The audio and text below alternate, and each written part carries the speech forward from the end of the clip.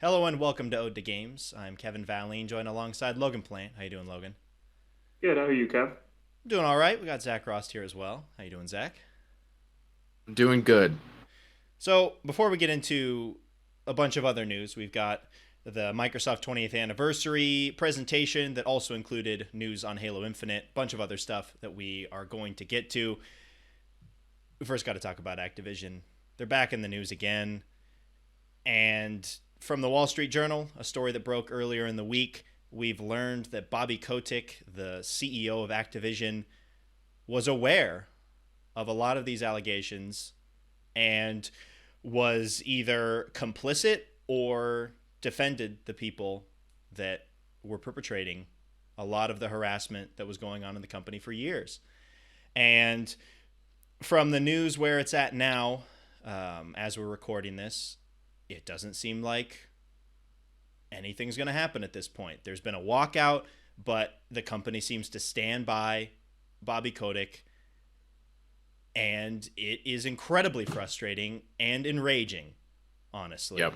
that this keeps happening, that more of these stories break, and nothing seems to happen. We had Ubisoft, we had the whole thing with Ubisoft earlier. We had Activision back several months ago, and now they're back in the news again. And it's like every time one of these stories comes out, nothing seems to change. The company will come out and be like, yes, we want to be an inclusive company and we're trying all of these things, but it's not backed up by anything. No, there's no accountability. And I think that was put on full display here when you see the CEO having knowledge of all of this stuff and doesn't seem to need to face any consequences. It's really gross, and he needs to be held accountable. Many more people need to be held accountable beyond him.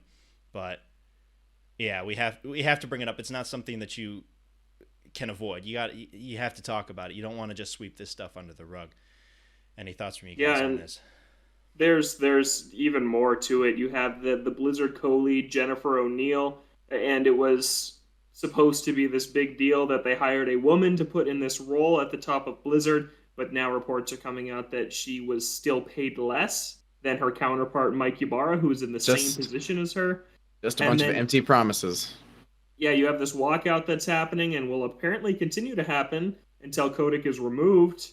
And then I think another interesting part from this that maybe is what could end up leading to change is these console and publishers got to stop working with this company until something changes. You have PlayStation CEO Jim Ryan coming out and saying that he was disheartened and frankly stunned to read that Activision has not done enough to address a deep-seated culture of discrimination and harassment. So now that PlayStation, the big boys, are starting to speak out on this, maybe more will. Maybe Xbox is next. I don't know. I think we need to see more companies just publicly shame what is happening in Activision right now because everyone's got to talk about it.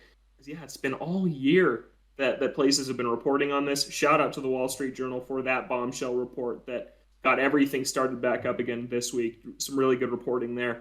But yeah, it's awful to see. There's not much more you can say than that, and then something's got to change eventually. I hope. Yeah, you would hope that something leads to change, whether it's all of these walkouts, whether it's other companies who try to distance themselves from Activision. Got to keep the pressure up. Is basically it. If you don't, then they can just try and move on like nothing happened. Say you're going to change, and nothing actually does. I think the pressure needs to stay on, both from within the company and from other companies outside, for anything to happen. It's frustrating that it has to be that way. That that they are so stuck in their ways that it would take all of that for them to change it all. But if if you can do something to get it to change, you got to try and do it, and hopefully some of these companies and the people within can somehow try and salvage something before it's completely lost, because they have lost near all credibility whatsoever. So Yeah, Yeah. and I think that we should make an effort to only talk about Activision on this show in the context of what's happening here, not about their games or their products that they're trying to make money off of. Because I feel like we rarely ever talk about their yeah, games we at don't all. care about we don't if Yeah. we care ever about do, them yeah. anymore. But yeah, or at least you can't talk about Activision without mentioning it. I can say on the IGN side of things, whenever we write an article about one of Activision or Blizzard's games. We put this thing at the top of the article that basically sets context saying this stuff's going on at Activision, and click here to read more about all of the allegations and everything happening before we actually get into talking about it. So just so it's on everyone's frame of mind before you get into the news about the products that they're trying to make money off of. Yeah, we'll have to definitely do that in the future. Yeah, try and keep on bringing awareness to it whenever we can. All right, do we want to get into some of the other stuff going on? Mainly Halo, right? Absolutely. So we had Microsoft's 20th anniversary presentation earlier, and wasn't a whole lot in the new games front. We were kind of expecting that, but before we get into Halo, they also announced a bunch more backwards compatible titles from the original Xbox and Xbox 360. Also, as part of that, they mentioned that this is the last batch of games that are going to be coming to backwards compatibility for Xbox Series and Xbox One consoles. But nice to see some more games get added on there. A lot of games over getting 70 FPS boost as well. Not just like, oh yeah, you can play these, but you can play these in higher FPS mode, and the best way to play these games. Apparently you can play Sonic Unleashed now, and it and it works, and it doesn't lag and freak out, which is great. You still have to do the night levels though, which is the downside. That is the problem. They didn't just remove those for a version of the game. But yeah, it's great to see more games come over, and that it's not just a simple port or anything. For a lot of these games, they are putting in some work to make them run best on the Xbox Series and Xbox One. So, I bought Sonic Generations because of the frame rate boost, and how is it? That game still looks so good. Like, you could tell me it came out this year, and I believe you. With that frame rate boost, it looks and runs amazing, and I'm probably just going to play through it again. It's only like a 3 or 4 hour game, but yeah, I might do Unleashed also, and play the day levels that I can before you run into the night. Yeah. But yeah, super awesome.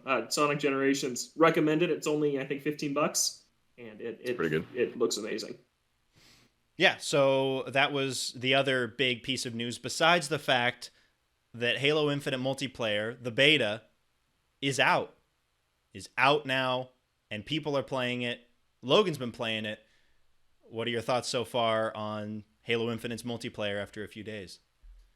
Well, first of all, this is something I've been wanting to bring up that I have seen no one talking about anywhere. That's just really bizarre to me, and it just comes down to how important messaging is with games. It's like Halo Infinite's coming out December 8th, but we're releasing the multiplayer 3 weeks early. Can you imagine how enraged people would have been if they said the multiplayer comes out on November 17th, but we're launching the campaign 3 weeks later? People would have lost their minds. But instead, it's like, oh, thank you so much, Microsoft, for giving us this early gift. If Battlefield was like, oh, and the campaign, sorry, it's not coming until a month after launch, people would lose their minds. But just because they set the expectation of December 8th and then said, just kidding, multiplayer's out now, it was like the coolest thing in the world for everyone. And I just thought that was really funny that no one thought, like, they just released, like, unfinished Halo. They released, the campaign icon is there. You can click on it, and it's like, Master Chief's Journey coming December 8th. And it's just so bizarre to me. I mean, maybe with Halo, they're just used to it because we're not even getting everything when the story launches, when the campaign launches. Yeah. Forge isn't it's there. Split out. It's split into 3 separate releases. It's multiplayer, campaign, and then multiplayer campaign. That is ridiculous. Yeah, it's just, we blasted the game on this show for not shipping with campaign co-op.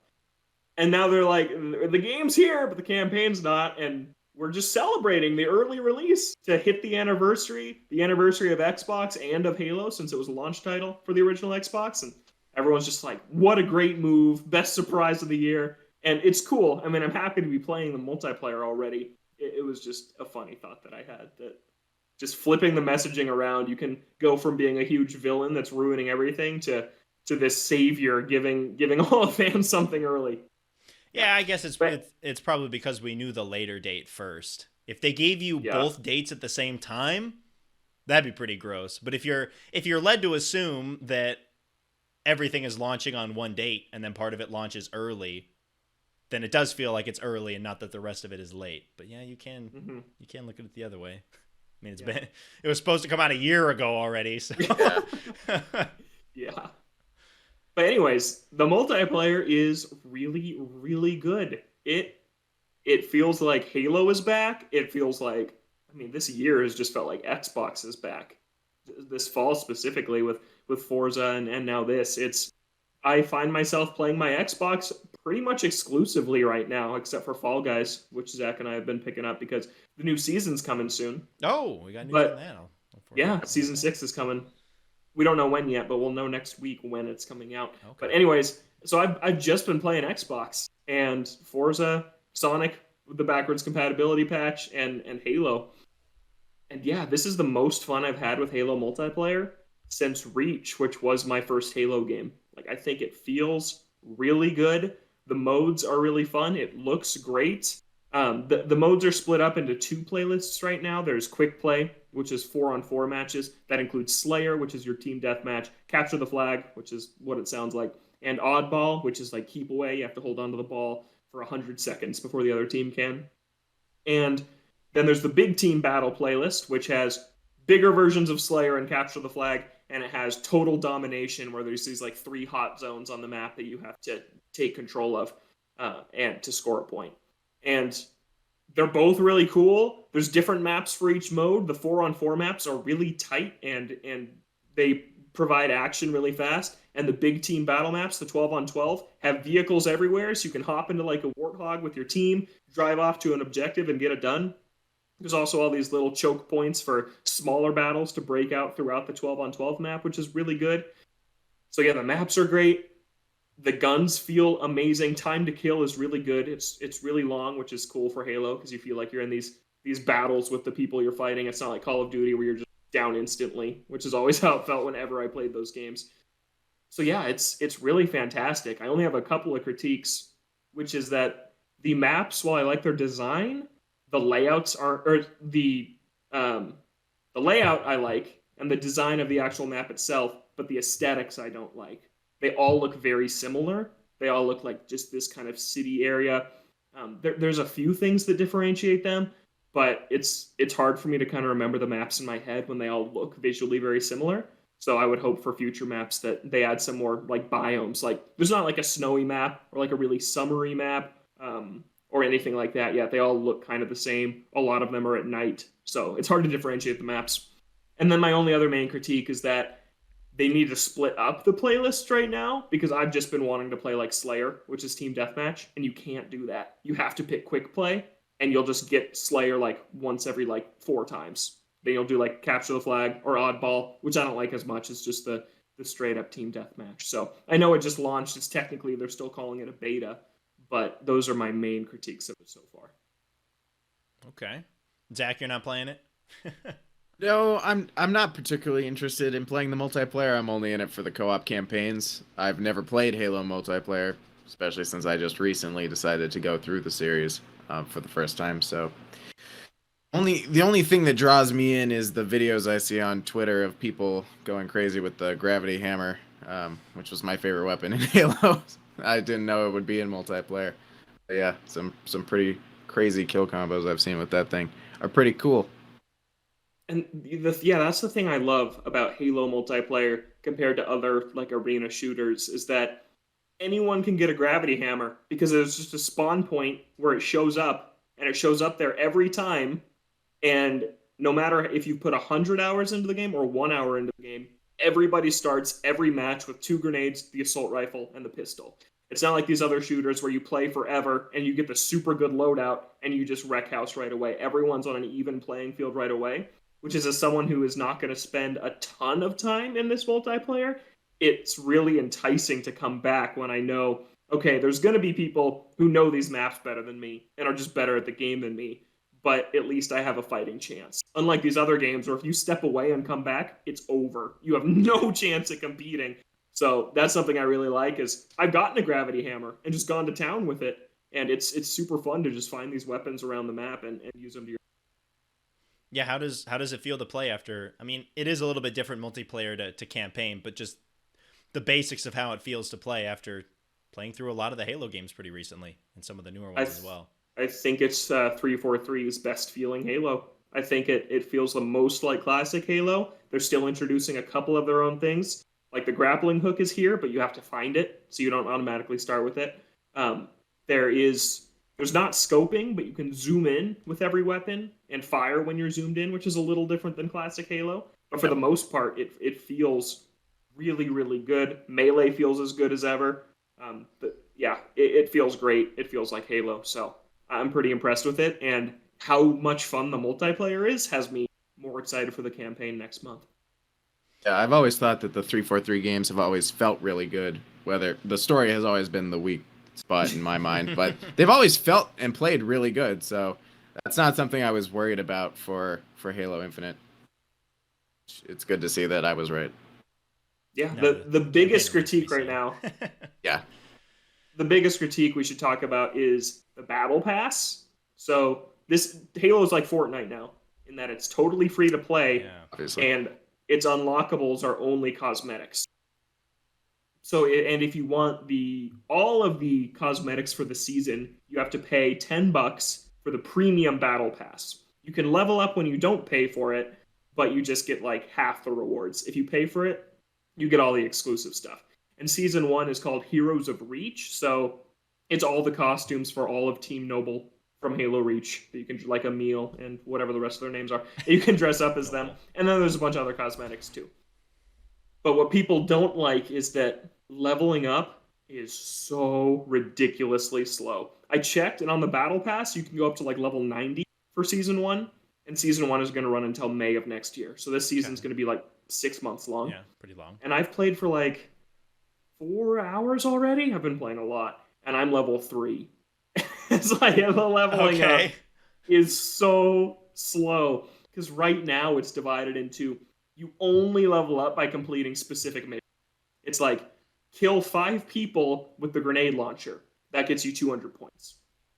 That's like it. So you have don't like these 5 weekly missions from just finishing, like, placement winning in battles. You get no bonus for winning or losing. If you win, if you complete, there's like a daily challenge that's like play 3 matches. Once you play 3 matches, you get 100 XP. And that's it. If you win, if you're the top scorer, it does not matter. So 343 already responded to all the negative reaction and said they're patching it later this week to give you points for winning and points for every match you complete. Right. So they're already tweaking it, which is good. This is a beta. Yeah, it is it's a beta. Season 1. So it's not a big issue for me. It's also a first-person game, so who really cares what you look like? Like, it really doesn't matter that much. I know some people care, but personally I don't. So it's not a big knock against the game, especially since it is a beta. It's Halo's first time under this kind of ecosystem. And they're already fixing it. So, yeah, I'm really excited about the future of this. I think the more modes they add, the more maps they add, and the tweaks they make, I think this is going to be really strong. Yeah, it's weird to think Halo multiplayer free to play now, but it is. And then for a lot of people, Halo campaign is going to be nearly free to play on Game Pass. It's just completely different than the ecosystem that the last Halo released in. Good time to have an Xbox. And I've kind of gone under a reversal. I remember we felt weird that this was going to be the Halo game for the next 10 years. But now, it remains to be how seen they set if it's it up, going to be 10 years, but we'll see. A season, 6 months. Yeah, it's on pace. Yeah, but now I'm like, I wish other games would do this. Like, I wish that Mario Kart just gave me new tracks every 4 months. I wish that there were my other favorite multiplayer series that I like to play did this. I think it's a really smart move for Halo. It already had like over 220,000 people playing only on Steam, not even counting Xbox. Like, it had a huge launch. I had no disconnects ever. It was really smooth, which is surprising for like a day one launch. So yeah, I'm super impressed with it so far. Yeah, and still technically in beta, so we'll have to see where it is when the game launches with the campaign in a couple of weeks. Yeah, I hope the campaign's good. Yeah, I'm sure it won't be. One is 343, and 2 they've moved to open world, which is like, all right. Yeah, here we go. Sonic Frontiers. We'll see. Did you guys watch the Xbox presentation at all, or? No, I did not. I didn't have time. The Rock was in it. Oh, no. He's in everything. Yeah. Since he was there He 20 wants to years be ago. the next James Bond. Yeah. Wait, he was where 20 years ago? He was showcasing the original Xbox. I didn't know that. Yeah. Checks out. It's this whole thing with Bill Gates, and it looks really weird because he's just like on stage next to Bill Gates, and he's got these really weird sunglasses on. Yeah, it's a whole joke. Yeah, the rest of the show was... That sounds like 2001. The Attitude Era for WWF.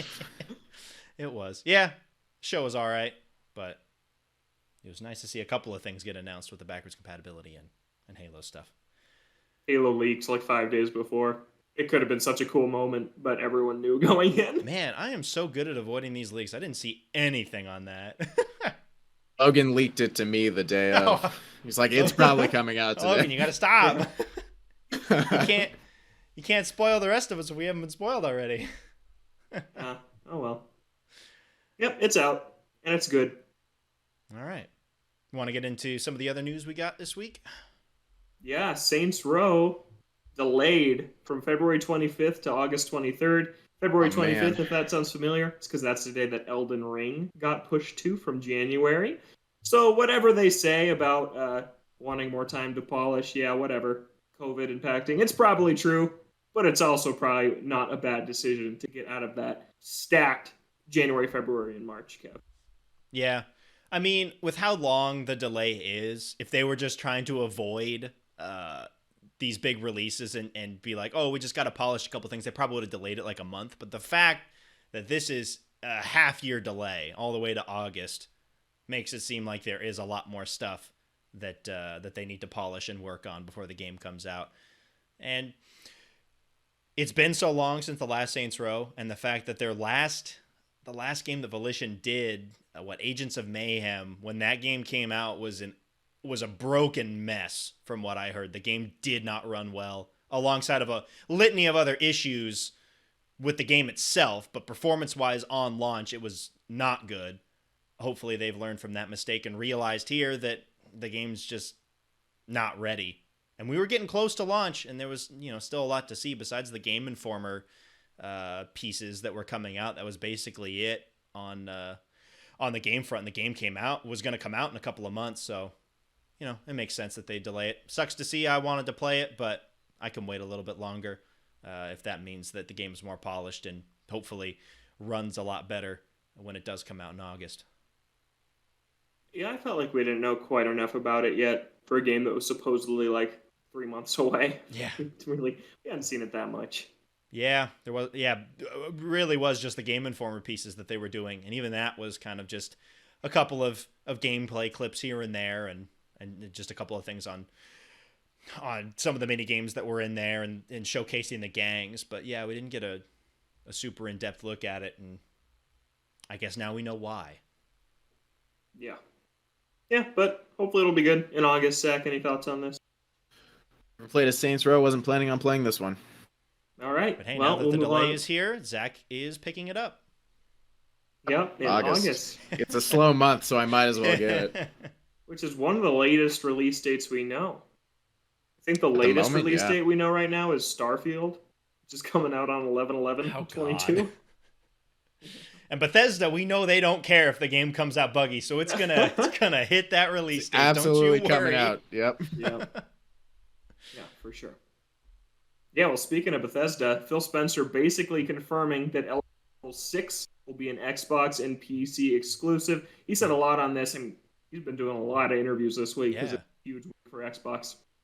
But yeah, saying that it's not about punishing any platform like PlayStation. He says, I fundamentally believe all platforms can continue to grow, but in order to be on Xbox, I want us to be able to bring the full, complete package of what we have, and that would be true when I think about Elder Scrolls 6. That would be true when I think about any of our franchises. So yeah, not an outright confirmation, but with Starfield being exclusive, I think we all thought it was only a matter of time. It really seems like Deathloop is the last we'll see of Bethesda on PlayStation for a while. Oh, and that, what's the other game called? Ghostwire Tokyo? Ghostwire Tokyo. That's Bethesda, right? Yeah. That's Bethesda? Yeah, it's published by them. Oh, yeah. They have a hand in it somehow. An in-house studio. I mean, I guess this shows how far they're willing to go. That was always going to be the question. Like, you know, with Starfield, it was, oh, it's a new IP, so it makes sense that it be Xbox exclusive. But we're always wondering with Elder Scrolls, since it has a history, somewhat of a history at least, with Skyrim on PlayStation, if that would factor into the decision to bring it over to other platforms. I guess it doesn't. I guess I think if this is if that's what he means, that any game could be Xbox exclusive, and probably most of them will be, if Elder Scrolls Seems like it. Yeah. Yeah, Xbox is gearing up, man. It's going to be a big gen for them. This week is just like with their celebration, with Forza being like the most successful Xbox game studio launch ever, and with Halo just shattering online play numbers. Man, I feel like this week was kind of the birth of the new Xbox, the new era for Xbox. Like we just dunked on them throughout the entire Xbox One generation. Deservedly. Yeah. Oh yeah, absolutely. But it's like now I look at it and I'm like, it's kind of turning into the place to be. Like we'll see how many of these exclusive games we end up caring about, but just generally, they have so much coming down the pipe. Like Outer Worlds 2, isn't that also going to be Xbox exclusive? Which because they have Obsidian really well. Yeah, there's just so many games. And as for Elder Scrolls, yeah, you don't spend $4.5 billion to not make the biggest game Exactly. you get from that deal exclusive. Like you gotta. I don't think they really had a choice.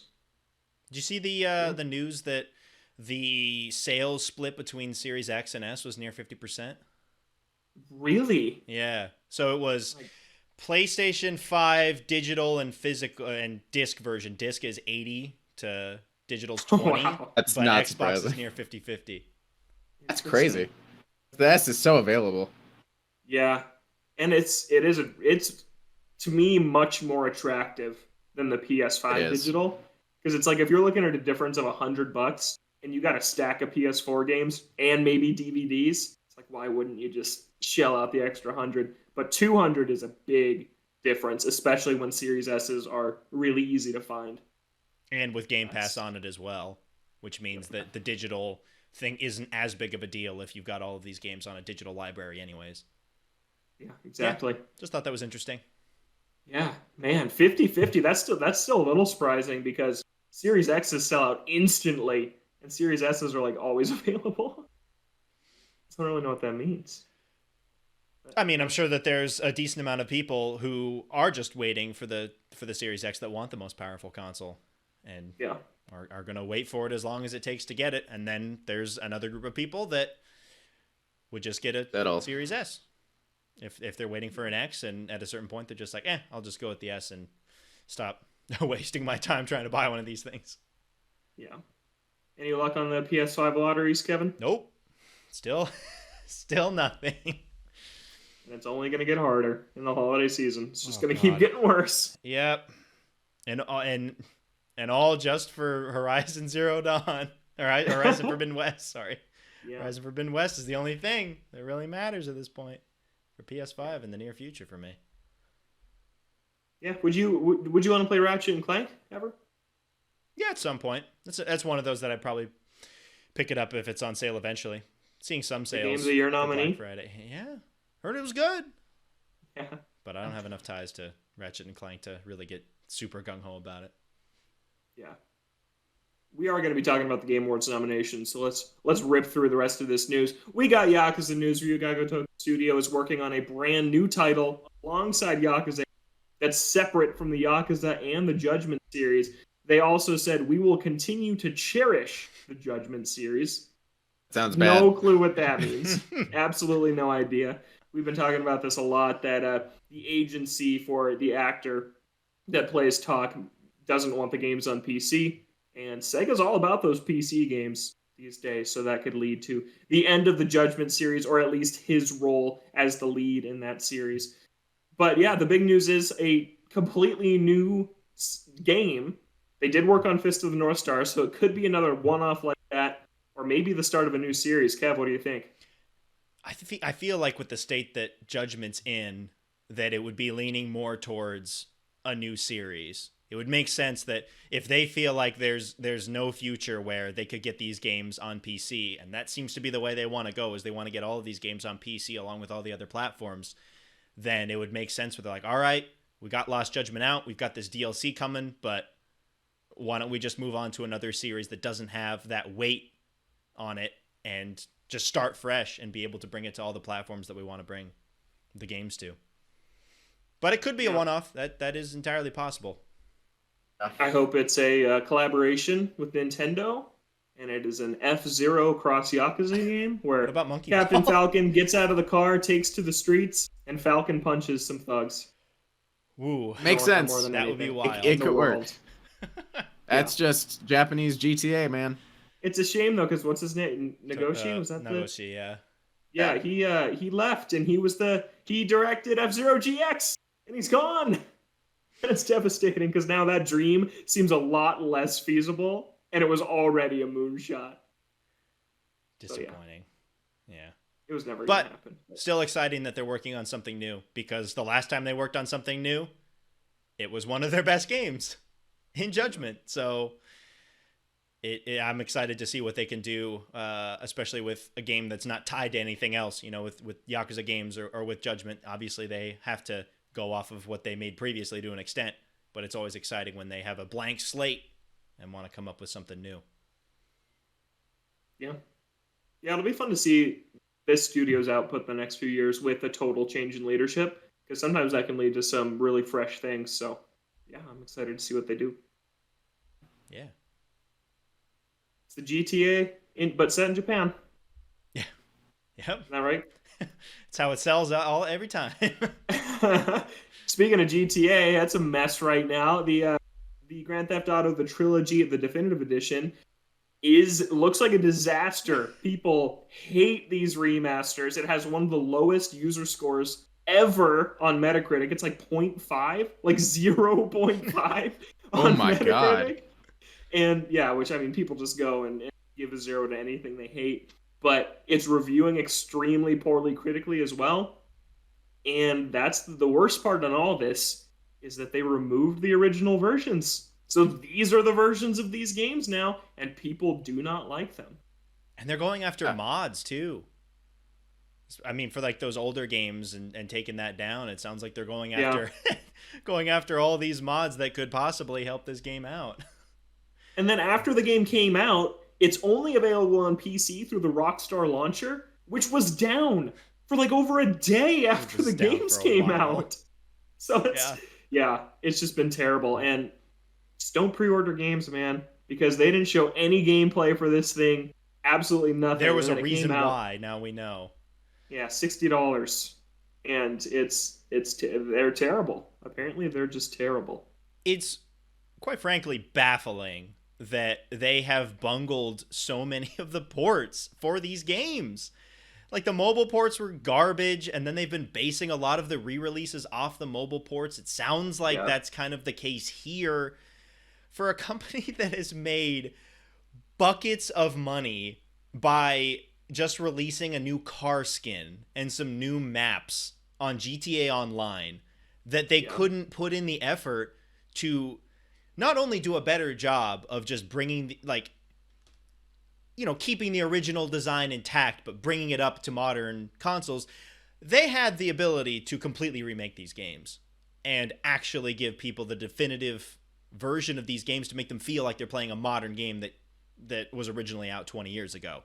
But it's just crazy that they went with the cheapest possible option from a company that has been rolling in money for the last decade from a single game. And then they had to delay the GTA 5 next-gen port. Like, they couldn't even do that right. That's been a mess, too. Yeah. It's nasty. And beyond, like, we look at Cyberpunk was kind of in a similar boat, but you look beyond the bugs and the glitches, and it's just not well put together. Beyond that, like, even if the game ran perfectly smoothly and didn't have a lot of these like bugs and glitches, it's just not good. Like, it looks bad. The rain effect is terrible. Like, certain features are in newer, like San Andreas, but not in the first two. Like, some of the design choices are absolutely bizarre, and it's so hard to wrap my head around it from such a big company that has so many assets at hand to be able to make the best version of these games. that they just Yeah, well, can't. I've been saying that these games are so ugly when they first came out that an upres just wasn't gonna do it. Mhm. I hate the way it looks, and yeah, it is a buggy piece of crap. So I think it deserves a lot of the hate that it's getting because it was so obviously so low effort that was put into it. Yeah. Yeah. And and it is disappointing to know that no matter how many bug fixes that they do for this, the fact of the matter is the game itself just isn't good. So even if they make it run super well and remove a lot of these glitches, the game will still be meh at best, really. Yeah. Yeah. Oh, and also GTA, the Switch the version, trilogy. I've heard is Oh, I've heard it's the atrocious. worst. Yeah, unplayable. So, Yeah, that it's the definitive edition of the GTA trilogy. Yeah. very Yikes. definitive. That's why you remove the other ones. Then I mentioned it earlier in the show. Game Awards 2021 nominations are out. Voting is open now. Remember, the nominees come from a group of websites and outlets. It's like 90 different outlets that all submit their picks to the Game Awards, and that's what decides these nominees. Then the final winners are also decided by these outlets with a small influence that comes from the fan voting. So, Kevin, we've made some predictions. That we have the O2 this week. Going through our predictions, our list of what we think is going to win each of the main categories besides esports, because So Don't none know of us esports. have We do any not know. ties or understanding of any of that. But to be perfectly honest, I don't know about you guys, but for me, I was going through the list and the predictions, and I'm like, man, I didn't play any of these games. Same. So like some of the categories, was having some issues trying to come up with what game I was gonna pick because I didn't play any of them, and certain things like sound direction, I'm just like I don't know. That's a best guess Yeah. situation right there. Do we want to go down this list but save our prediction of game of the year for last? Sure. Yeah. We'll start at the second top, which would be best game direction. Our nominees are Deathloop, It Takes Two, Returnal, Psychonauts 2, and Ratchet and Clank Rift Apart. Logan, your prediction for best game direction? I said Deathloop. I think that we're gonna smash it a lot on this show, but It Takes Two sucks. We do not like it, and I can't believe how much it's nominated for. And no shade to Hazelight, the studio, because we all love A Way Out. It's like one of my favorite games ever. And to see It Takes Two getting all this recognition while A Way Out like totally flew under the radar and got no recognition, it's a little disheartening to me because we abandoned It Takes Two. We didn't even finish it. Nope. Good So, night. Yeah, but I went with Deathloop. You got Ratchet and Clank and Psychonauts, two platformers kind of, and then you got the two time loop games, Deathloop Returnal, and Deathloop seemed to stick in critics' minds more. So that was Zach? I said Deathloop. It's got a great. I don't really know game direction very well. I'm not entirely sure what it stands out and I think in game a lot direction. of people are in a similar boat with that. I know there's a lot of buzzwords here like art direction, game direction, sound design. I don't make games. I don't know, but Deathloop, I'm sure is going to sweep a lot of awards and deservedly so. And it's the one that I want to win a lot of awards. So for a lot of these categories, I just threw in Deathloop. I think it probably has a great game direction. If I was hard pressed to choose a second place, I'd probably give it to Ratchet and Clank with the Rift aspect. I thought that was a pretty cool game direction gimmick. I don't know. Yeah, but time loops I love, so maybe Returnal too. But yeah, I'm gonna go with Deathloop. Yeah, I went with Deathloop as well. I think Ratchet and Clank would also be my second pick for that. Next up, best narrative. Let's go. We've got Deathloop, Life is Strange True Colors, Marvel's Guardians of the Galaxy, Psychonauts 2, and It Takes Two. Of all the categories that it's up for, which some of them we'll get to later, best multiplayer, it fits. Like, I get it. How is there not another game that had a better narrative than It Takes Two, which is arguably the worst part about that game? Yeah, I couldn't stand it. They just say each other's names all the time and you fight about everything, and it turned me off. I didn't even see it through. Also, Yeah. mentally scarring moment in the story later on. Yes. Warning for Very anyone who The plays part it. where we all dropped off. Yep. Yeah. Which will come up Last later one we in played. another category as to why is this in here. We'll get to that in a little bit. Anyways, Yeah. Zach, your pick for best narrative. Best narrative, I went with Life is Strange: True Colors for main reason that it's the only one I've completed to the end. It Takes Two and Deathloop I've played a little bit of, but fully I've played Life is Strange and I really enjoy the narrative.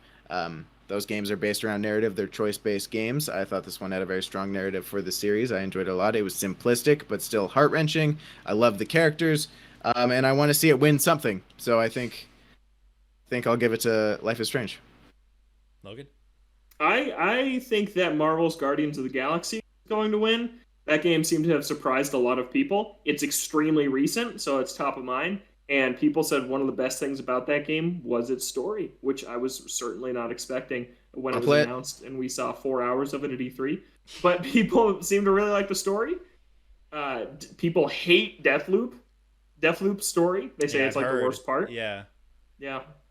It Takes Two. I can't award anything to and then I just think more people played Marvel, so I'm going with Guardians of the Galaxy. Yeah, I think I go with Life is Strange: True Colors because it is. I mean, the game is entirely its story. It sounds like it was pretty good, but yeah, I've heard that Marvel Guardians of the Galaxy, it's pretty solid. People like it a lot. I'm interested in playing that. Like, it's a lot better than I think that we thought it was going to be. I think it's got good sales for Black Friday if you're interested in picking it up. Oh, cool. It was like $30 or something, which is fast. Came out last month. Last month. Yikes. All right. Moving on from that, we've got Best Performance. I hope I can pronounce all these names right. We've got Erica Mori as Alex Chen, Life is Strange: True Colors. We've got Giancarlo Esposito as Anton Castillo in Far Cry 6. Jason Kelly as Colt Vaughn in Deathloop. We've got Maggie Robertson as, the tall lady. Lady Demetrescu. Demetrescu, thank you, from Resident Evil Village. And we've got Ozioma Akaga as Juliana Blake from Deathloop. I apologize if any of those names got butchered. Sounded almost entirely right to me. Anyways, Logan, your pick for best performance? I give it to the tall lady from. She just dominated the internet for like 5 months. It felt like, and I think that popularity will carry through to the win. Zach or Colt. That was my other pick. Was Colt. Yeah. This was probably the hardest category for me because I think they all did an incredible job. Definitely the best. They all did great. Assuming I've seen. Some of these. I've seen plenty of clips of Giancarlo Esposito as Anton. Trust me, I've seen like 1,000 Far Cry trailers. That's fair. And he is apparently he's only in the trailers. He's not in the game very often, so we saw pretty much most of his performance. Then Lady Dimitrescu, like you said, was all over Twitter, so I've also seen plenty of her voice acting. But I think I'm going to give it to Jason Kelly. I think he did a great job as Colt. Based on what I've played and what I've seen, he really sells the character because there's a lot of dialogue in those games, a surprising amount of dialogue. He never stops talking to himself, and I think he really portrays the character in a really cool way. I think we need to set some context real quick. Zach was over at my apartment, and he played like 2 hours of Deathloop. So he's got. So Zach played played I feel like I played like 3 or 4 hours of Deathloop at your apartment. He also accidentally logged onto my save and beat a visionary on my file. Yeah, I accidentally beat a visionary that Logan hadn't beaten, and I didn't even realize because I had gotten to the same point. All right. As for me, this one's kind of tough. Again, I didn't play any of these games, but I think I'd have to go with either Giancarlo Esposito or Maggie Robertson, just because I think they're either Giancarlo is probably the most high profile of these people, and Maggie Robertson, her character, was the most high profile as the character itself. So I feel like that's carried on far enough where they have a good chance. But this one was hard because I just didn't play any of these games, so I don't know. But Far Cry's story just got so slammed that I don't know if I can see one of that main actors winning it. But he is the biggest name by far. Yeah. Oh, yeah. On this I list. I could see him winning on notoriety alone easily. Yeah. But we'll have to see. Moving on, best multiplayer. We got Back for Blood, Knockout City, It Takes Two's back. Monster Hunter Rise, New World, and Valheim are all in there. Of all of the categories to put it in, best multiplayer, would be the one. It makes sense. That is its calling card. That's what everyone knows it for. But Zach, your pick for best multiplayer. Gotta be Monster Hunter Rise.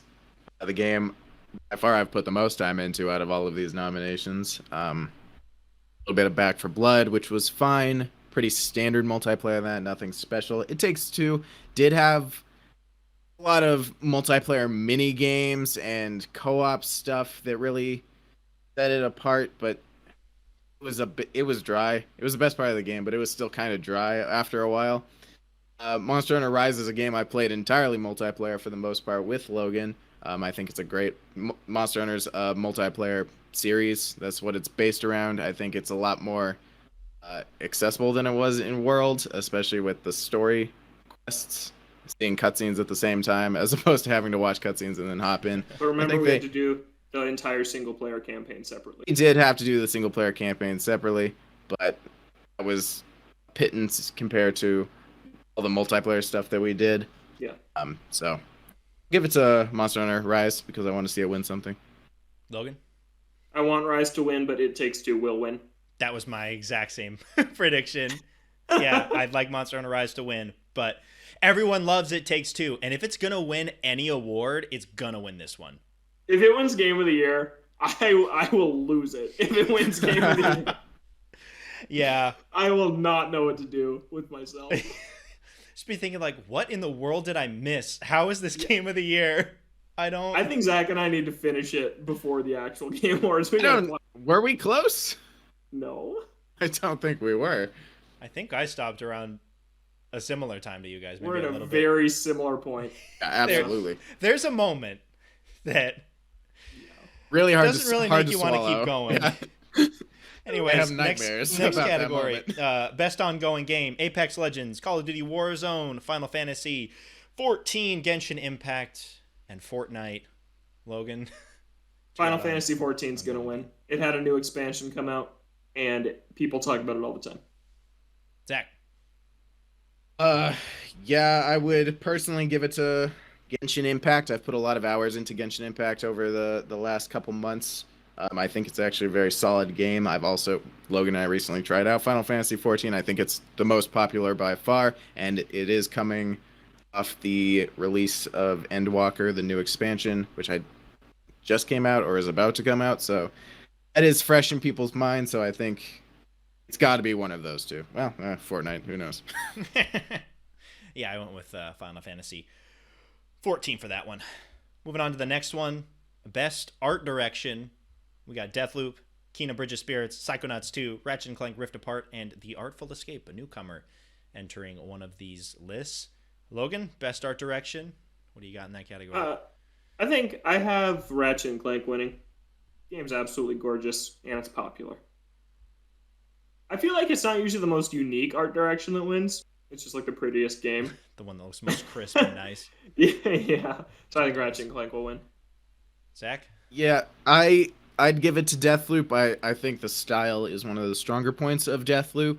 The retro aesthetic with the bit of futurism and all that stuff. I just love it. I love it a lot. It really stands out to me, so I would give it to Deathloop. Yeah, I was going Ratchet & Clank Rift Apart. Looks good, even if it's not the most unique game out there. From what I've seen, the game looks really nice. So, yeah. Yeah. Best score in music. Cyberpunk 2077 is on. Oh no. Is on these lists. It's here twice. We got two awards that it's up for. Other games in the category, we got Deathloop, Near Replicant, Guardians of the Galaxy, and The Artful Escape. Zach, your pick for best score in music. Don't say Cyberpunk. I'm not gonna. I don't know. I haven't heard a single track from Cyberpunk. I guess I've got to go with Deathloop because I listened to the soundtrack to Deathloop I like it. There's a actual singer in the game who's one of the visionaries, and he has some actual tracks where he's singing, and then there's some actual pretty good songs in that game. So I'd give it to Deathloop. Logan? I give it to Deathloop. Guardians of the Galaxy feels like cheating because it's just like Licensed tracks. 80s hits. So it's just who makes the best Spotify playlist. They license music for the game? Yeah, I yeah. mean, I didn't know that's that. a big part of Guardians of the Galaxy, right? It's like, just yeah, that, the main thing. You know, yeah, that aesthetic. Yeah, of so music. no, it's Star-Lord has a mixtape just like Sick. it does in movies and comics, and it has a bunch of 80s hits. So I'm not gonna pick that because that just feels like Deathloop has some pretty cool music. I was gonna go with Near Replicant. I haven't heard music from any of these games. I knew Guardians of the Galaxy had a good soundtrack, but whether that counted for best score in music, I don't know. But Near Automata had a lot of good tracks, and people really liked the soundtrack for that game. So I assumed that Near Replicant is also in that ilk as well. So I could see Near Replicant. Nier Automata had a fantastic soundtrack. Very good so soundtrack. If Replicant is anything similar. Best audio design: Deathloop, Forza Okay. Horizon 5, Ratchet and Clank Rift Apart, Resident Evil Village, and Returnal. Logan, best audio design. Forza, Yeah. the cars sound cool. Okay. And that's, I didn't know how That's to- all I got for you. I didn't know Do. how to grade this. Also, I haven't played any of these, so I didn't know. Yeah. Zach? I'll go with Forza as well since we haven't seen it yet. The cars do sound very realistic with the revving, the drifting, the jumps. I don't really know. Sound design is another category where I'm like, all right, this isn't really something I pay crazy close attention to, but I can appreciate from a distance, and I think Forza did a very good job. Actually, that being said, sorry, was Deathloop in this? Of Yes. course it is. It's in everything. But one thing that I literally just remembered was that when I was playing Deathloop at Logan's, I kicked a piece of wood and it made a wood noise, and then I kicked a piece of stone and it made a stone noise. I was like really impressed by that. I was like, Logan, listen to this. I'm kicking different materials and it's making different sounds. I think that counts as audio That is audio design. design. All right, I'm gonna go with Deathloop. Logan, were you blown away by that? Oh, I was more blown away by the different engines in Forza. Okay. Not as cool. I'll throw Returnal out there. And, you know. Who knows? Oh, it's cool. Get an award somewhere, and It's people creepy. like it. So, yeah. Yeah. Throw Returnal out there for best audio design. Innovation and accessibility. This one is especially hard if you haven't played any of them and you don't see any of the accessibility options. But we got Far Cry 6, Forza Horizon 5, Guardians of the Galaxy, Ratchet and Clank Rift Apart, and The Veil: Shadow of the Crown. I don't know Zach, what that you is. have a pick for innovation and accessibility. Oh, most I ever delve into accessibility is subtitles. I just go into accessibility, turn them on, and then back out. I'm not really sure which one of these games stands out the most in accessibility. I'm sure they all make strides. Probably go with Forza Horizon 5 because it's just a guess. Out of all of these, Forza? It's wait, Forza. Forza did have the what for hearing impaired? Yeah, it's getting an ASL interpreter so you can. oh my god, yeah, that's so I forgot cool. about that. And Yeah, it has a Forza. ton of accessibility options. If you go to the menu, like you can just totally Remember- attune the difficulty and the controls. It's huge. So I think remember that's the seeing pick. that, and I think that's why that was my main pick. Yeah, Forza probably win that. Forza Sprint- got snubbed from Game of the Year nomination. I'm just gonna say it. It Did. got snubbed from Game of the Came Year. out a little too late. It's nominated in all these other things, though. It Takes This Two is is not just a so Game of much the Year. better. It's Yeah, just replace so much It better, Takes Two man. with Forza because it should be there. Games for Impact. Before Your Eyes, Boyfriend Dungeon, Chicory, A Yeah. Colorful Tale, Life is Strange, True Colors, and No Longer Home. Zach?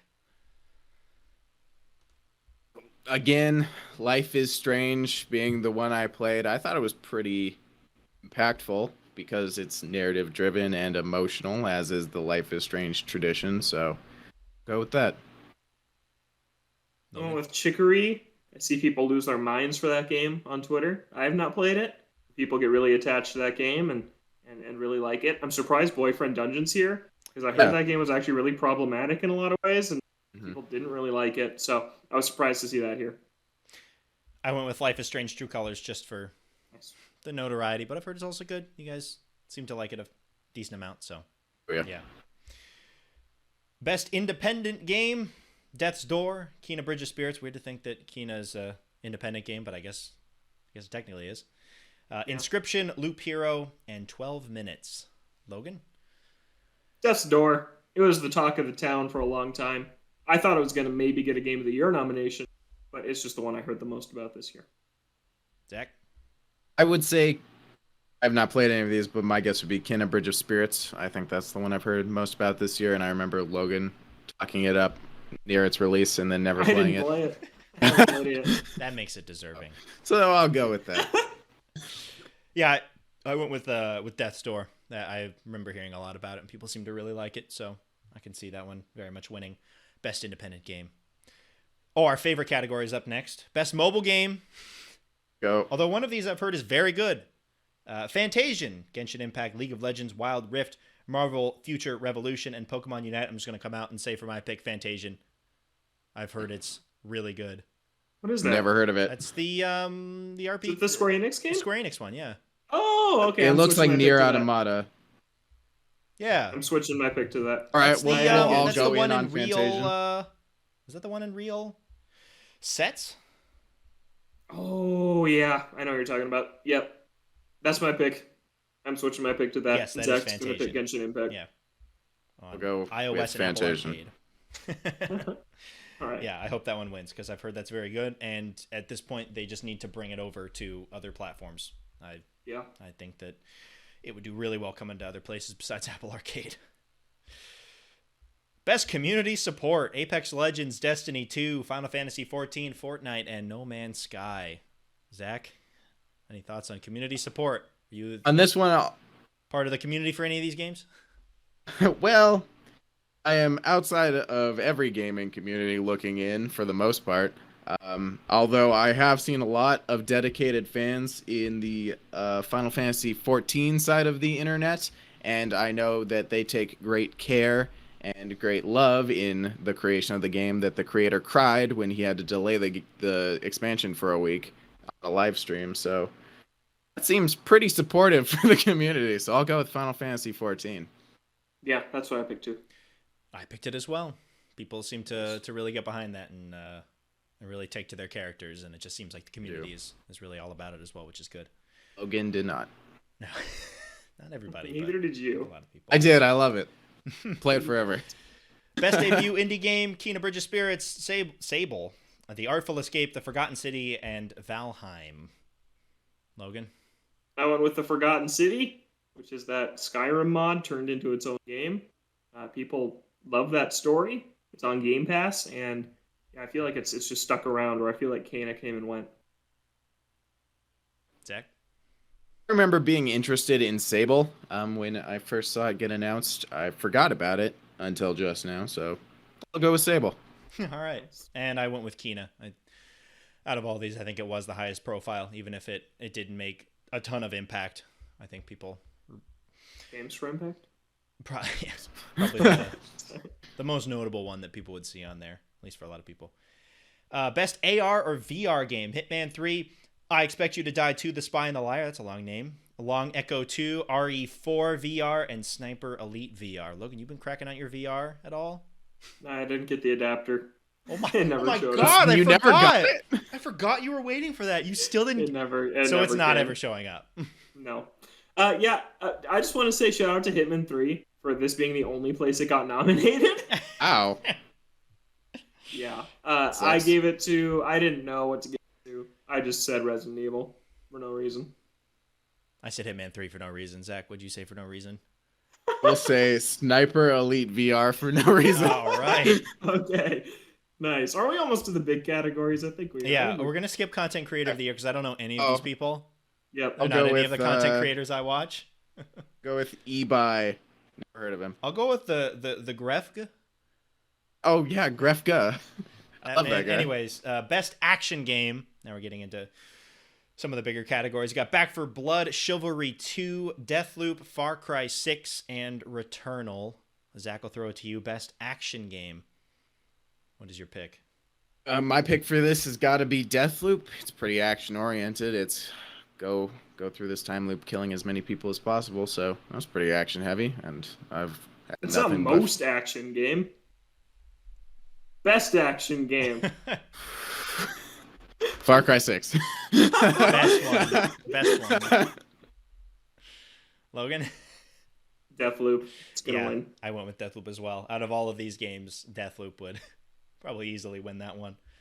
Yeah. Best action adventure game: Marvel's Guardians of the Galaxy, Metroid Dread, Finally. Blank Rift Apart, Resident Evil Village, and Psychonauts 2. Logan, you gonna go with Metroid Dread? Metroid Dread. I actually think it's going to win it, and I want it to.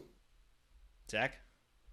I'm gonna go with Psychonauts 2 because I haven't said it for anything, and I think people really liked it.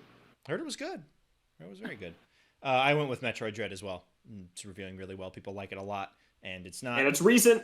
And it's not up for too much else. So, yeah, I think it's deserving for best action/adventure game. Role-playing game: Cyberpunk is back. Best role-playing game of the year could be Cyberpunk 2077. We got Monster Hunter Rise, Scarlet Nexus, Shin Megami Tensei 5, and Tales of Arise. Zach, best role-playing game of the year. I've wanted to play pretty much the majority of these at some point in my life. Cyberpunk, absolutely not. Monster Hunter Rise, I actually played, and then the other three I have had semi-interest in playing, Tales of Arise being the most. I think I'll... How has Shin Megami Tensei 5 been doing? I haven't been looking. It's reviewing well. People like it a lot. All right, really new, recency though. bias, I'll give it to Shin Megami Tensei 5. Okay. As long as it's not Cyberpunk. Logan? Exactly. I think Monster Hunter. I feel like at the halfway point of the year, Monster Hunter was like a front runner on a lot of people's Game of the Year list. I think it'll win this one. I went with Tales of Arise. People really like that game a lot. Looks good. Yeah. I I play want it to play it at so some bad. point. Waiting for Too many games games. 5 to play it at some point. But I think Tales of Arise could win that. Most anticipated game: Elden Ring, God of War Ragnarok, Horizon Forbidden West, Breath of the Wild 2, whatever that final name turns out to be, Breath of the Wild 2, and Starfield. Logan? I think Elden Ring will win this. I think because it's the only one. Well, I guess we have a date for Horizon, but I think the other four have more hype, and Elden Ring's the only one we have a date for. And people just played that demo of it, so I think it's more front of mind right now. Zach? I'm inclined to agree with Logan on the Elden Ring front, but I think for the Wild sequel, everyone's been down for that. It's pretty up there too. I think Elden Ring, the fact that it did just get its like gameplay preview and a lot of people got a chance to play it and really get into it, I think is why it would win most anticipated. If that wasn't there, I think maybe some of these other games would have a shot, but from that, I think it has become the most anticipated game. I think Zelda would win if Elden Ring wasn't there. Yeah, and then I would say God of War, and then Starfield, and then Horizon. Yeah, that's how I'd order pretty them. good list. Best fighting game: we got Demon Slayer, The Hinokami Chronicles, Guilty Gear Strive, Melty Blood Type Lumina, Nickelodeon All-Star Brawl making an appearance, and Virtua Fighter 5 Ultimate Showdown. I'll go to Zach first since he is the resident fighting game fan here. What is your pick for best fighting game of the year? I played Virtua Fighter 5. I think it was a pretty solid remake, but bereft of really any deep content.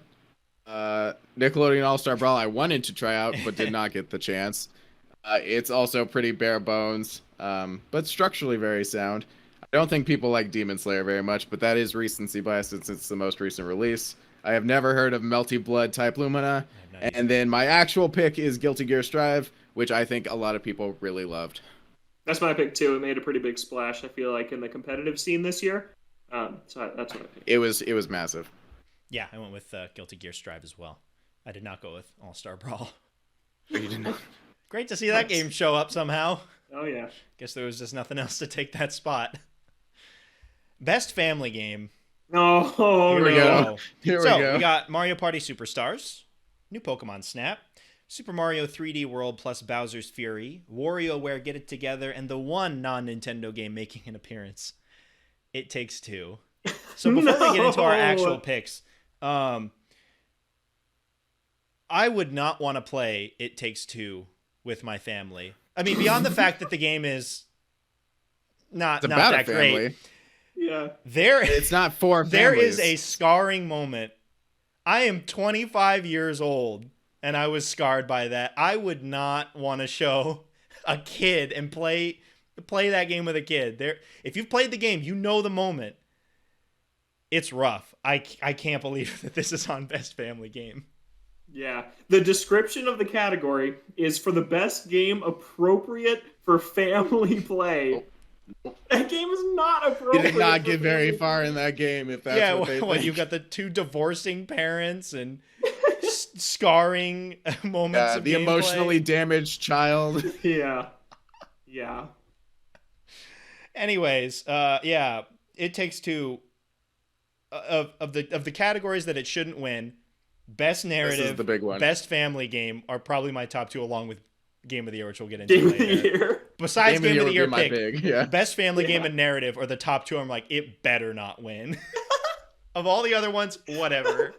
Yeah. These two. Anyways, your actual pick, Logan, for best family game. I went with Mario 3D World plus Bowser's Fury. I think that Mario Party Superstars I really love, but that game can be frustrating for kids.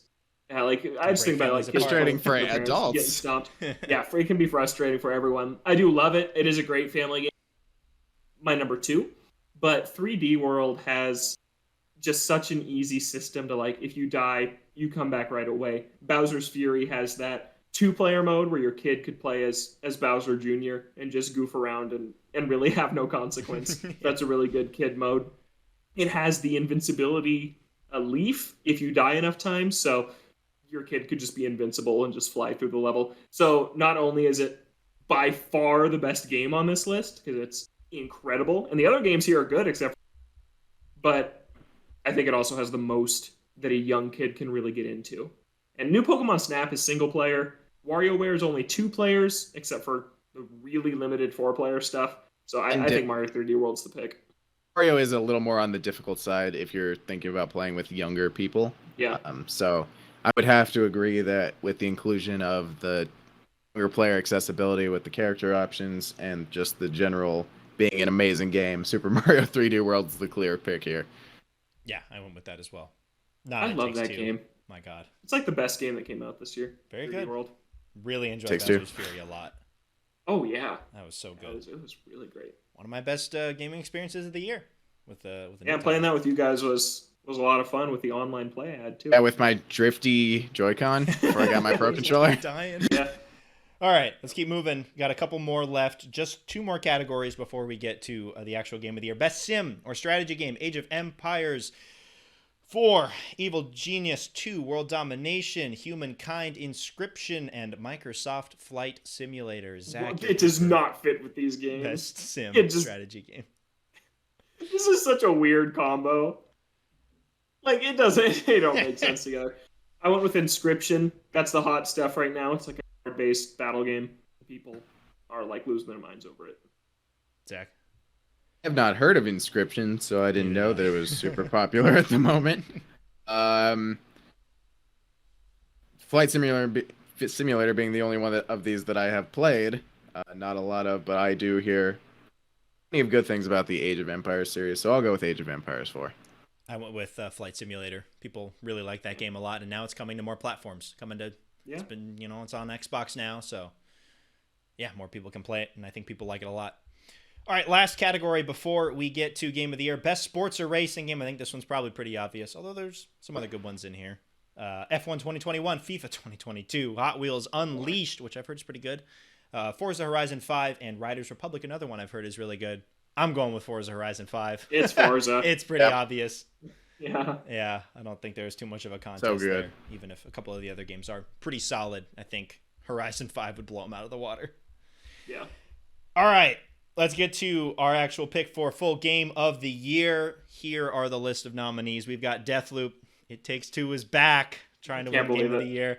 Metroid Dread, Psychonauts 2, Ratchet and Clank: A Rift Apart, and Resident Evil Village. Dude, Forza was snubbed, and for how many nominations it got, I'm surprised Returnal's not here. Yeah.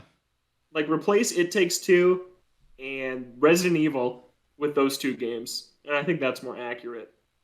I don't know. That's just me. Yeah, I'd agree It's with just that. you. Everyone loves It Takes Two. You're the only one who It's doesn't. true. Everybody does. Although it was nice.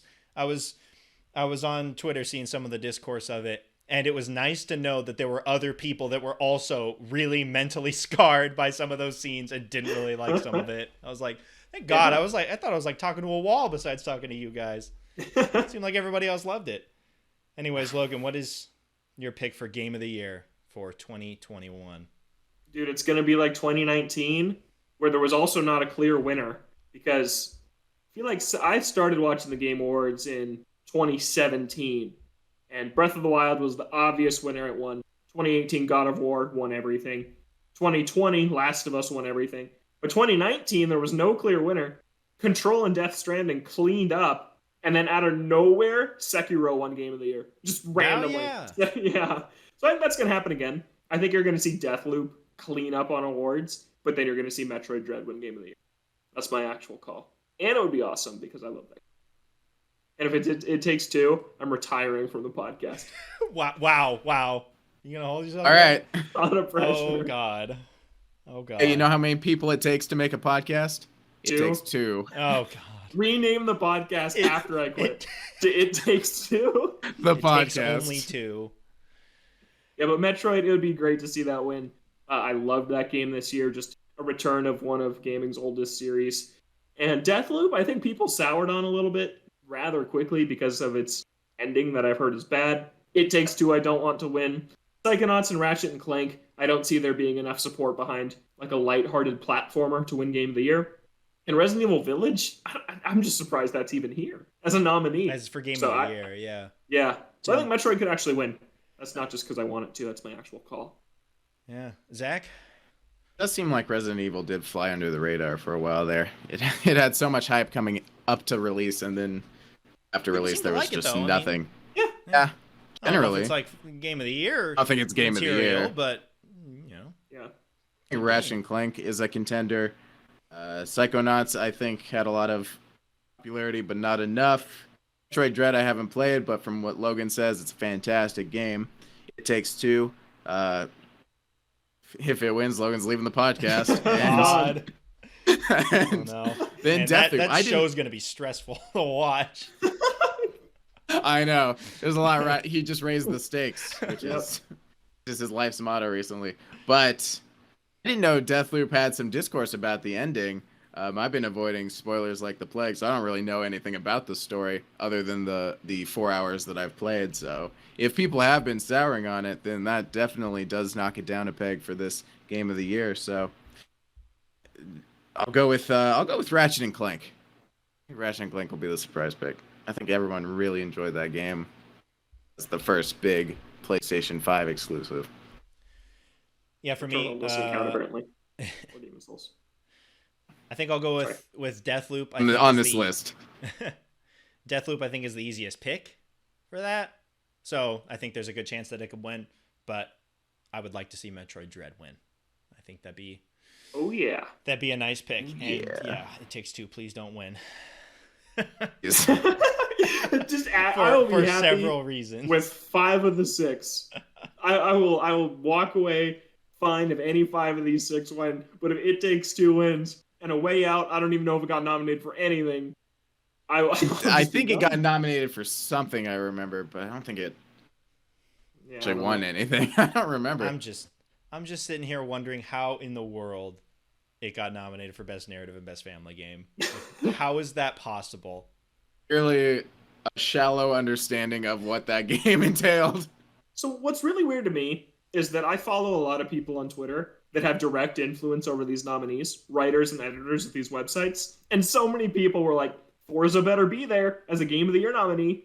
And these are the people making the decision. So I don't get how it's not here. Because like it was overwhelmingly like the people who helped contribute to these nominees were like, Forza was snubbed. Like, then shouldn't it be there if everyone who had a say feels like Forza should be there? I'd like to have an inside look at the actual selection process. Yeah. Anyways, we'll have to wait and see a couple more weeks to find out if this is just going to be a 2-man show moving forward into the new year. Anyways, we've been going on long. Zach, I'll throw it to you for a quick what we've been playing. Probably don't want to be on there for too long, but it seems like you guys have been playing some stuff. So distracted. I have been playing a lot, actually, so we'll move right into what we've been playing this week. I will go first since I have been playing a lot. I don't have it up, but I'll just remember what I played. Horizon 5, Halo 2, Apollo Justice, Deathloop. You gotta go slower. You gotta go slower than that. Yes, I did. I'll start with Deathloop. I'll start with Deathloop since we did talk about it a bit. I was over at Logan's. He over the holidays. He was working. I was not. So I was like, this is a perfect opportunity to try some Deathloop. I loved every second of it as much as I thought I would. I think it's a great game so far. I killed a handful of visionaries. It really got into the flow of the game out of all the tutorial stuff and into the decision-making aspects of it. And then I got distracted and then hopped into Logan's save file for a little bit and then killed one of his visionaries without ever realizing. And I was like, unlock this power, but it's gone. Where is this power? And then Logan was like, hey, can you check whose profile you're on real quick? Oh, God. Yeah, it was rough. Like, that attests that we were around the same place, but I had gotten a power that he hadn't gotten yet. But he was further down the visionaries than I was. So I don't even know how that happened because I felt like I was following story exactly how it was laid out for me. So I have no idea at what point we diverged. So apparently there's some intricate decisions that need to be made in that game, which I think is pretty cool. And then yesterday, I sat down and I finished the final case in Ace Attorney Apollo Justice, which I loved. I think that the cast of characters in that game was very solid. I like Apollo a lot as a defense attorney and the detective, prosecutor, assistant, all great characters. Those games are very story heavy. Even though it's like a 14-year-old game, I won't spoil anything. But I'm excited to move forward in the series. Beat Halo 2 Legendary with my friend. Nice. It was a challenge. The final level was by far the hardest. We considered just giving up. We did not give up. We made it. The final boss sucked. The brute chieftain.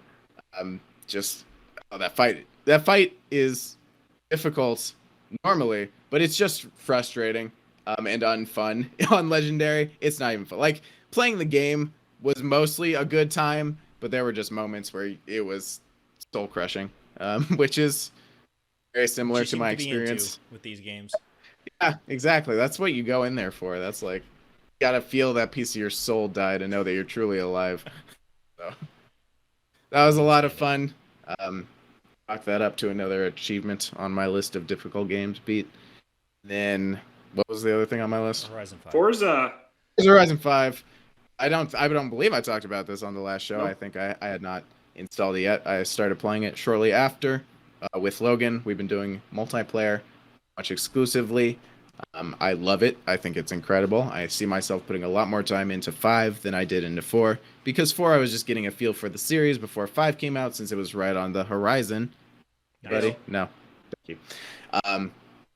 There's a lot to this game. Our maps are already unbelievably crowded with icons of races and stuff to do. It's extremely overwhelming. I already feel like I have best cars in the game. I don't know how cars could get much better. They just gave us a car for free for the Xbox 20th anniversary that's like amazing. It's incredible. A Spider Porsche. It's just unstoppable. But we don't know if you can use it in races. We haven't been able to use it in any races. Yeah. It's very abstract what cars you can use in which races. And that's one of the downsides that we found so far, is that we can't use our favorite cars in a lot of races. And the multiplayer was glitchy at first, but that was right after launch, so it's to be expected. It's fixed already. Okay, so multiplayer is awesome. Yeah, it's super great. fun. We hop into a convoy, we cruise around together. The leader of the convoy picks what race you do. They pick any car they want. So you can pick, one person can pick anything they want, even something that's not suited for the race. But then the second person has to pick a car that matches that exact category. So if you pick like an S-rank sports car, your friend can only pick an S-rank sports car. They can't pick like an S-rank dirt car. They can only pick from that specific category. But what's nice is that if you don't have anything that fits the category, you can rent the convoy leader's car. So you guys just drive the same car for that race. So that's nice that you can still participate in all the same events, even if you don't have a car that fits the bill. So that's super cool. But yeah, it's just fun to cruise around. We were doing a bunch of like the trick jumps and the like you have to fly like 1,000 meters in the air before you hit the ground.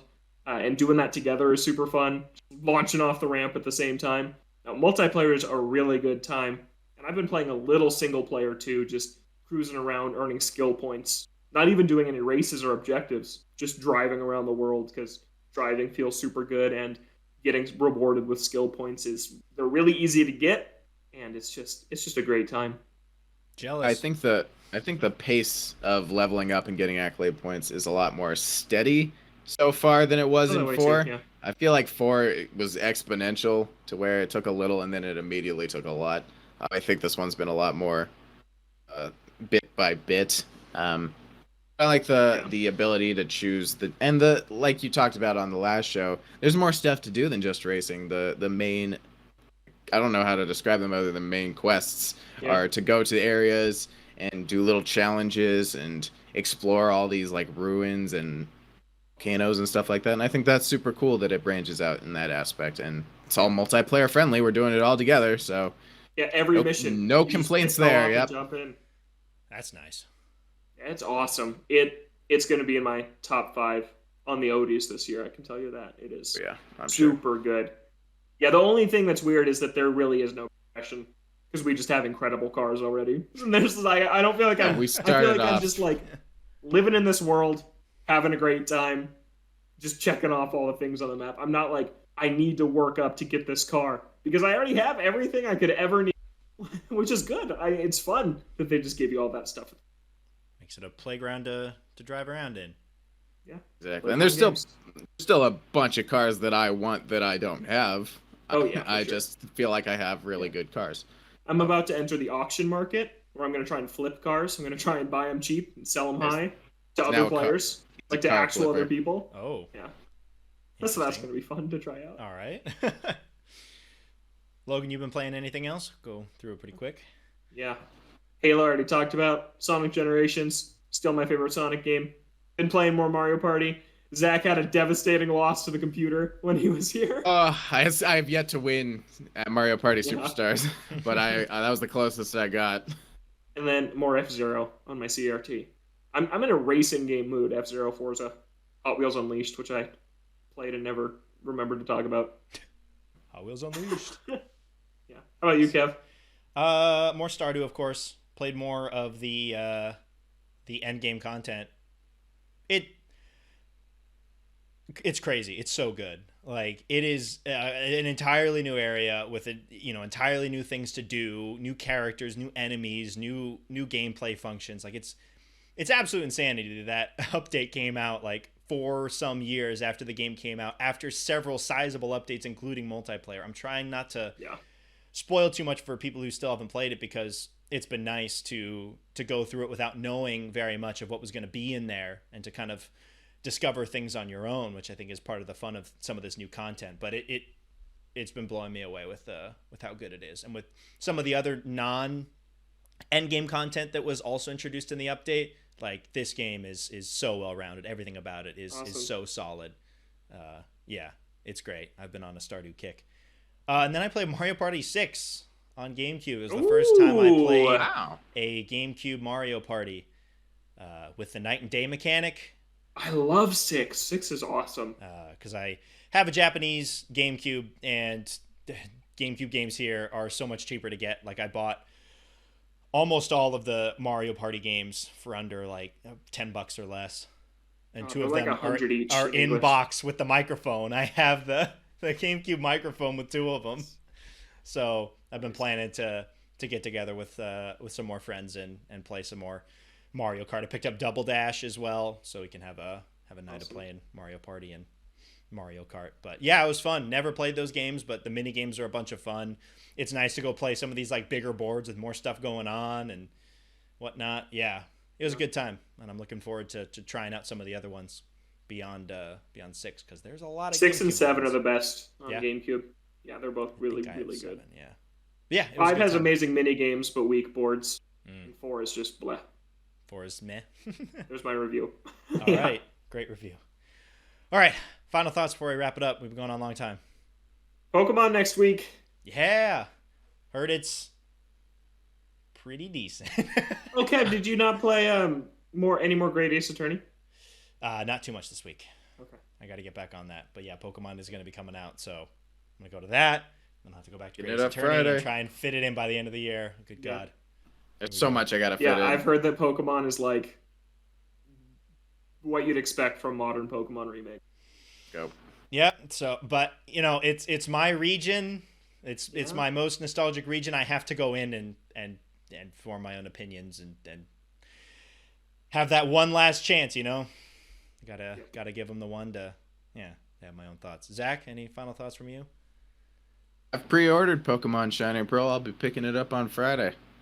Yeah, I've got mine pre-ordered. Don't know when it's going to get here because I bought it from the Pokemon Center here. So see how long it takes to get it shipped here. But hopefully I'll have some thoughts on it by next week's show. But that's going to do it for us on this week's episode. We've been going on too long, so we're going to wrap it up here. We're here on Thursdays or Fridays on Apple Podcasts, Spotify, any other podcast streaming services that you may use. OdeGames.com has the audio version of the podcast as well. Our YouTube page, Ode to Games, has the video version of the podcast. You can follow us on Twitter at Ode to Games. You can send an email to odegamescast@gmail.com. For Logan and Zach, I'm Kevin. Thank you so much for listening, and we'll catch you next week.